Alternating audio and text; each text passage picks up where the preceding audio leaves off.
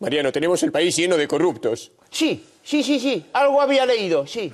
Pero, ¿de verdad que no queda nada sin corromper?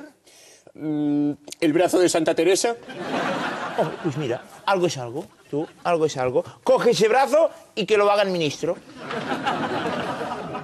Tienes razón. Deberíamos ponernos en serio con la ley de transparencia. Pero la familia real queda al margen. Pero entonces no es transparencia. ¡Anda que no!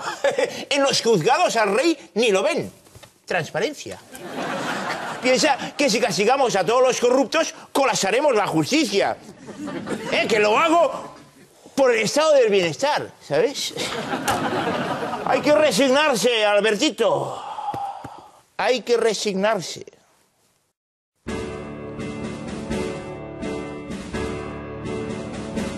En un mundo ideal no existiría corrupción. Ni Soraya se peinaría como el culo de un hurón. Pero se olvidan junto a ti un misterioso maletín.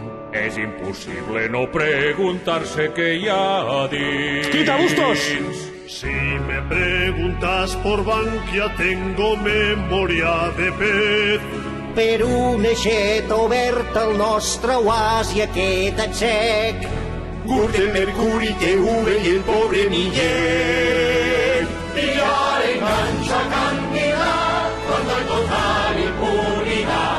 Cómprate bolsos, viste trajes, ponte guapo pa' mandar.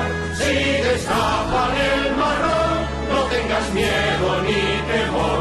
Ya llegará una gran empresa que hará asesor. Pillar engancha cantidad, cuando hay total impunidad. Cómprate bolsos, viste trajes, ponte